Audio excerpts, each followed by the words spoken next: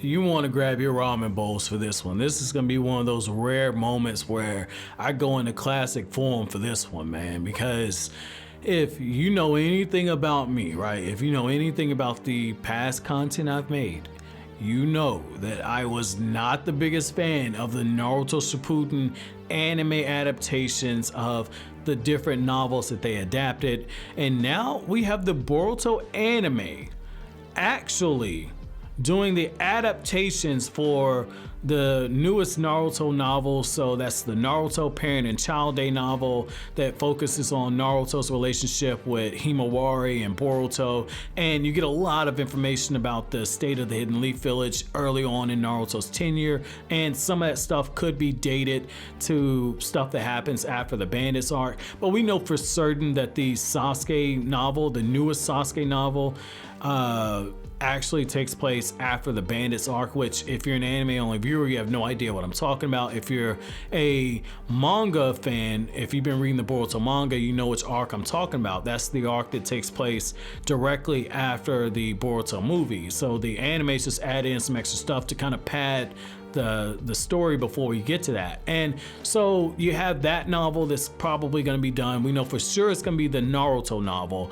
And then you have the Shikamaru novel, which absolutely needs to get done. That absolutely needs to get done because you got some major stuff in there. You got some major stuff in that novel that reveals a lot of information about how fickle this alliance between the five nations truly is. And you caught glimpses of it in the Hidden Mist arc where even the Mizukage saying if the feudal lord says it, we might be at war with each other. And then during the Mitsuki arc where you have Kurotsuki where, you know, the whole conflict with Naruto where there's a bit of standoff on how to proceed and how she's saying as a Tsuchikage, I have certain things I have to do. And she even chastises Anoiki by saying like, hey, if you continue on with this, you could cause problems with the other great nations. We have an alliance that violates it. So this piece is very fickle, and you see it when Shikamaru, and I'm not gonna screw it, I am gonna spoil this part. You see it when Shikamaru decides like, hey, okay, I gotta do something about some of these Kages. I gotta do something about these Kages. And you have Naruto at one point where he gets fed up and he just breaks out of the shadow paralysis jutsu. So I mean, you have some crazy stuff that happens in these novels, and that brings me to why I say the Boruto anime adaptations of these novels should scare you. And the reason why is, given Studio Period's track record when it comes to accurately adapting these novels, it's atrocious. Like, it is atrocious. I cannot stress that enough. It is atrocious. They have a habit of presenting the stuff out of order.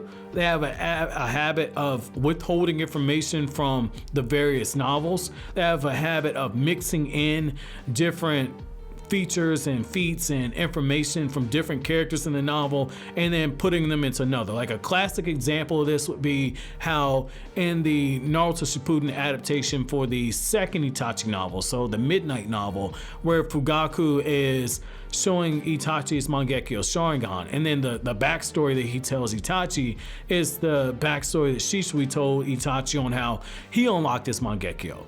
And yet you did that for Fugaku. You had filler added to the first Itachi Daylight novel adaptation where Itachi's wearing cat ears. You had in the second novel adaptation where instead of Itachi killing Izumi using the Tsukiyomi Jutsu, and that beautiful scene where she lives out 80 years as Itachi's life, raising a family before her brain finally just stops working and she dies in Itachi's arms. It's a very emotionally charged scene, right?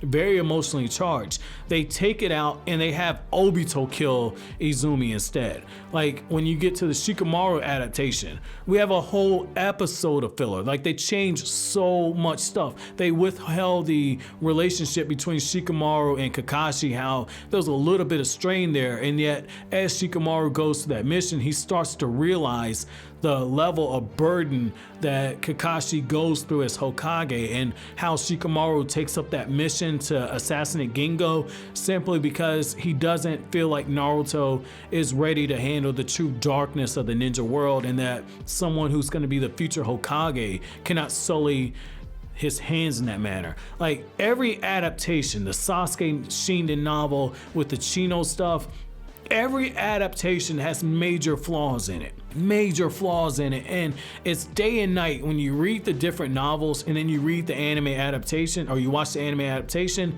It's day and night. And like Studio Period, they have a history of adding filler and mixing in filler with canon material anyway. Like a perfect example of filler that is, you could argue, done right, though I think that it's nonsensical filler, would be like how in part 1 of Naruto, where the anime basically took the scene where Tsunade brought Sasuke out of the Tsukiyomi Jutsu and restored, like, you know, him out of the comatose, and then they go on the mission to the Lane of Tea, and then Sasuke ends up in the hospital, and everybody's like, well, see, that's why Sasuke hated Naruto, because he saw Naruto. No. Like in the manga, the way that happened is Sasuke got the comatose stuff taken out, and he was still dealing with the damage of the Tsukiyomi Jutsu. He was recuperating in the hospital, and a couple days later, Naruto goes in to check on him, and then they have that fight. That was filler you didn't really need. And then don't get me started on like the ninja ostrich stuff from Naruto Shippuden. They have a bad habit of doing filler, and they have a bad habit of when they adapt the manga, and they adapt the manga portions. In some cases, they do a good job of extending different scenes, like the Kakashi versus Hidan and Kakuzu fight. That was very short in the manga, but they added extra stuff in there. That's a case of good filler, but they have a lot of bad filler where they mix in the different anime filler into the main canon continuity, and it completely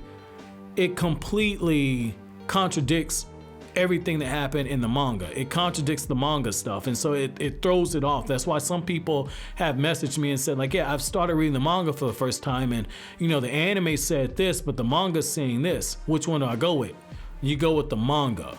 And so I say that to say, when it comes to the anime adaptations for these different novels, you know, on one hand, there is the argument, well, they don't want to adapt it, you know, piece by piece by piece, because the whole purpose is to drive interest in the novels. But at the same time, that's why you adapt it piece by piece by piece, the same way you adapt the manga piece by piece by piece. And you just add stuff to the manga continuity to give the anime something that's a little bit fresh and unique, but you don't change the story. That's what they do with these novel adaptations. They change the story, and that's something that is very, very worrisome, because there's a lot of world building in these different novels. And I'm almost caught up on the Boruto anime, and I might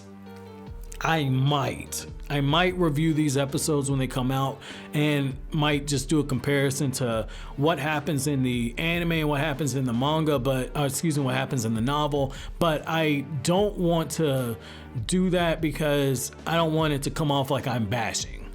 I really don't want it to come off like I'm bashing, because one of the things I've noticed is that when I take more of a harsher, hardline stance with different things when it comes to the Naruto series, in particular when it comes to Boruto, I get a lot of crazy ass comments. I get a lot of crazy comments, man. A lot of people get triggered. And I know you can't please everybody. But you know, there's a lot of toxicity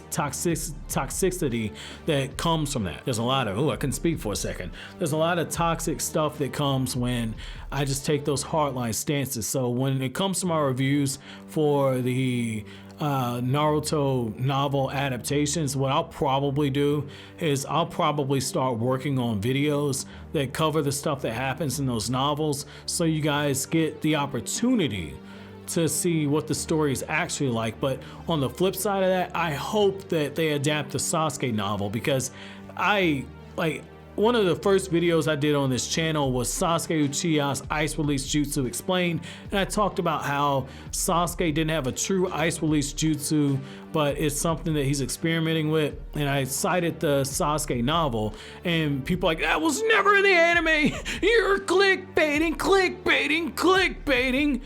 I hope they adapt that novel because I got all of those comments saved in a folder. Every time you use certain words, it goes into my spam folder, and I'm about to publish all of them. That way, when that comes out, you got to have egg on your face because I take my platform very seriously.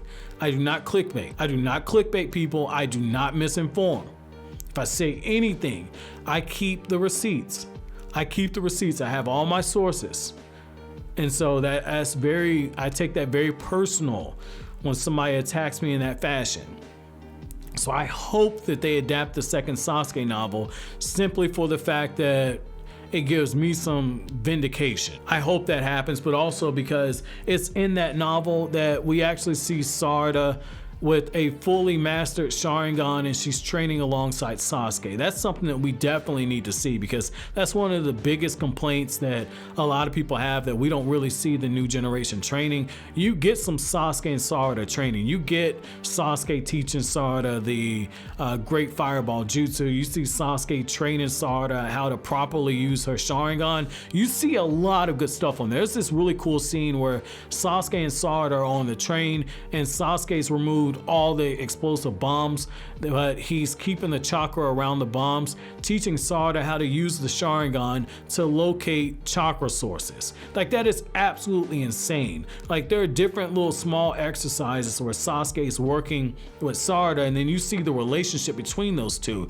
throughout the novel. It's something that is very beautiful, man. And the way these anime adaptations do is they cut different things out and then they give their own spin on it, and it takes away from the heart of the original source material. And that's why I'm so passionate about it, because not all of the novels are written really well. Like, I think the Kakashi novel is one of the most poorly written novels, but on the flip side, like, the second Itachi novel is one of the best written novels in the whole series. The Sunrise novel is one of the best written. There's a lot of information that's packed into these different novels, and when you start playing around with the source material like that, it creates a level of misinformation in the fandom. And when you have a platform like how Studio Period does, where you can reach that many people, it's your responsibility to provide the most accurate representation of the material as possible. But those are my thoughts. Let me know if you're excited about the Boruto adaptations for these novels, and let me know if you want to see more of the novel content from those different novels. But as always, if you like anything I had to say, don't forget to comment, rate, subscribe, share. Thank you so much for watching to the end of the video, guys. Have an awesome day.